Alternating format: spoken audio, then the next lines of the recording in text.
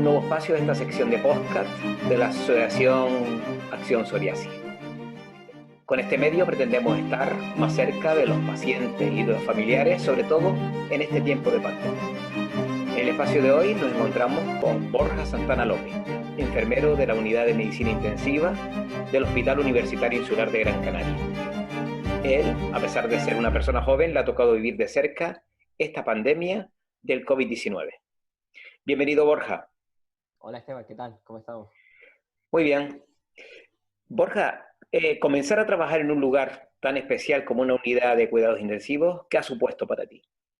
Bueno, pues te digo, a nivel personal y profesional, pues muy enriquecedor, porque al final los cuidados intensivos, pues es eso, proporcionarles a una persona que al final que está muy grave, pues proporcionarle unos cuidados muy especiales, muy específicos. Ahí en nuestra unidad, en la del Complejo Hospitalario Universitario Insular Infantil, eh, es una UCI que o sea, no diferenciamos por tipología de paciente. El paciente que ingresa puede ingresar por cualquier cosa.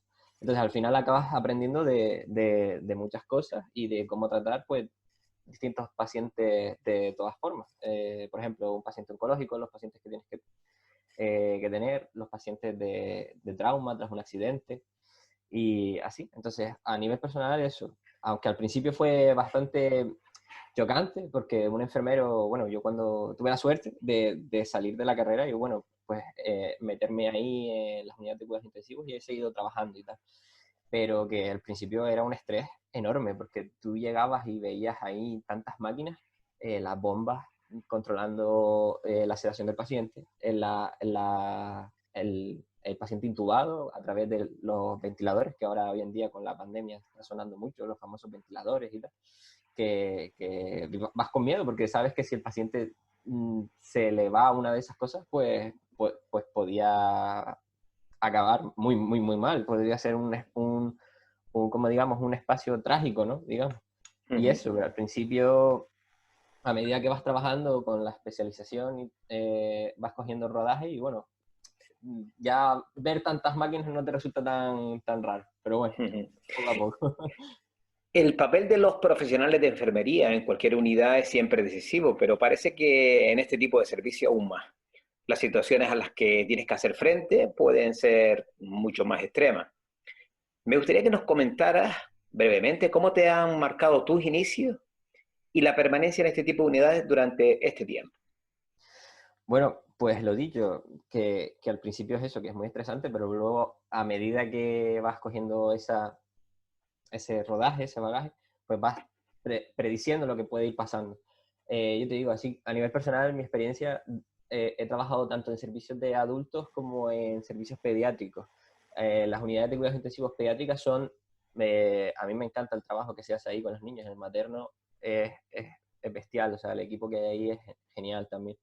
Y, pero también, al ser una unidad de cuidados intensivos pediátricos, lo que es más psicológico, te lo llevas más a casa y trabajo con los padres y tal. Pero bueno, y en adultos ahora, que es donde estoy trabajando, es la situación un poco, pues eso, más estresante que estamos teniendo, o sea, compañeros con más antiguos que yo, digamos, ¿sí? Dicen que nunca se habían enfrentado profesionalmente a una situación así, y entonces está todo el mundo como súper, no atemorizado, no es la palabra, no hay un miedo, no es, por parte del personal no hay miedo a infectarse, es más bien de llevarte el virus a casa, porque si Claro. convivimos con personas mayores o Mm, con hijos y tal, ese claro. es el... Borja, hace unos meses presentaste en el Congreso Internacional Anual de la ESIPS, o que es lo mismo Sociedad Europea de Medicina Intensiva, más o menos, así Ujú. en español, que se celebró en Berlín. Presentaste un estudio sobre las percepciones de los profesionales sanitarios sobre la higiene de manos y también anteriormente en París el trabajo titulado Creencias y actitudes del personal sanitario y los estudiantes de enfermería ante una pandemia por gripe. Cierto, cierto. ¿Qué, Eh, perdón, termina. sí, ¿en qué se parece ese escenario de ese estudio que tú hiciste y que presentaste en esos dos congresos, en Berlín y en París? y a este escenario en el que estamos viviendo en la actualidad? Vale, te comento. O sea, el estudio el que presenté en París era el de las creencias y actitudes de los enfermeros, o sea, de los profesionales sanitarios, perdón, y los estudiantes de enfermería ante una hipotética pandemia por gripe. Que bueno, que fue, ese estudio ha sido como muy, ahora mismo, ha sido como, ¿cómo decirte? Como no prever, porque al final los datos ha cambiado todo. O sea, ahí estudiamos que habría un absentismo bestial, pero se ha dado totalmente lo contrario. Aquí incluso estamos trabajando, se les preguntaba en el estudio que si trabajarían, si hubiera riesgo de infectar a sus familiares y tal, y mucha gente decía que que no iban a trabajar. Pero aquí se ha visto lo contrario, aquí y en muchos sitios de España, que por ejemplo están trabajando sin medios, que es una vergüenza, es una cosa que me llama mucho la atención, que están trabajando con medios rudimentarios, que no cumplen las medidas de seguridad, que no es lo mismo trabajar con una mascarilla FFP2 que con una mascarilla que me ha hecho mi primo Pepe, el del pueblo, con la máquina de coser. Bueno, eso es un ejemplo. Pero que con el estudio quiero decir que es que hay un compromiso bestial por parte de los sanitarios, en plan, que están ahí al pie del cañón y es como ese militar que va a la guerra y va con, en vez de con una metralleta, digamos, vas con un palo, ¿sabes? Y aquí lo mismo. Y están muchos enfrentándose en muchos lugares de España a este virus y sin medios. Pero que ahí están, que hay un compromiso bestial. ¿Imaginaste alguna vez cuando hiciste ese estudio, imaginaste que esa situación se podía dar en la realidad?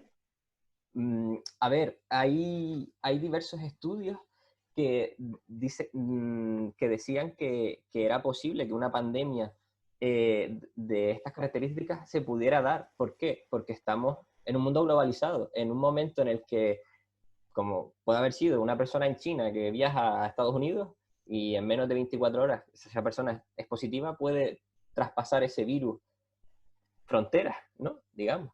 Ujú. Y claro, el problema, o sea, este estudio lo leí a posteriori, el que te voy a comentar a continuación, pero yo nunca en ningún momento me planteé que podría darse, o que por lo menos yo lo iba a vivir, Ya. y en mis propias carnes. Es un estudio que decía que la alimentación que había la alimentación que hay en países asiáticos que comen de todo y la capacidad de mutar de estos virus, de pasarse de una especie a otra y que llegue al humano por eso, que hace la zoonosis, pasa del animal a la persona y de la persona pues a otra. Habían antes casos aislados, pero con esto, con la globalización y tal, pues evoluciona y que llega a más puntos del mundo. Ujú. Comenzamos esta semana otra fase del desconfinamiento en España. En esta ocasión las personas ya pueden salir a hacer deporte y a dar paseos, los adultos, y los niños pues ya llevan una semana saliendo unas horas también. ¿Qué medidas deben tener en cuenta para evitar contagiarse? Bueno, pues primero lo más importante es la higiene de manos, porque las manos es donde ponemos todo, y si nos lo llevamos a la cara, pues peor, porque el virus donde tiene el reservorio y donde se queda es en la garganta, en la faringe. Entonces, lo más importante es eso, lavarse bien las manos con agua y jabón o con su solución hidroalcohólica. El ministerio hoy ha dicho que hay que ponerse mascarilla para ir en transporte público. Pero bueno, por otro lado, contrapone lo que dice la Organización Mundial de la Salud, que la Organización Mundial de la Salud se limita a decir que si eres una persona sana no tienes por qué llevar mascarilla. La mascarilla se recomienda usarla si vas a estar en contacto con personas positivas o si tienes tú síntomas para evitar pasarla. Vale, entonces es que hay que hacer caso a lo que diga el gobierno, pero las eminencias sanitarias dicen otras cosas. Pero bueno. Ya. Eh, Muchas personas de las que nos están escuchando son pacientes de psoriasis o familiares de pacientes de esta enfermedad. Nos recomiendan, como tú dices, usar mascarillas y guantes y lavarnos las manos muchas veces. ¿En qué medida puede afectar esto al paciente con psoriasis? Bueno, las medidas de seguridad, dice. Sí, Bueno, no, la higiene de manos, la higiene de manos, el usar mascarillas, usar y pues guantes. hay que seguir tratándose como hasta lo que les ha dicho pues el dermatólogo que les atienda. Siempre hay que hacerle caso al profesional. En caso de estar tomando inmunosupresores, la Academia Española de Dermatología y Venerología sacó un comunicado diciendo que para tranquilizar a los pacientes con psoriasis, pero que aquellos que estén tomando tratamientos inmunosupresores o biológicos, que hablasen con su dermatólogo al que le está atendiendo, en caso de que empiecen, si tengan sintomatología, por si habría que suspenderlo, pero siempre que hay que consensuarlo, no hay que tomar medidas unilaterales por uno mismo.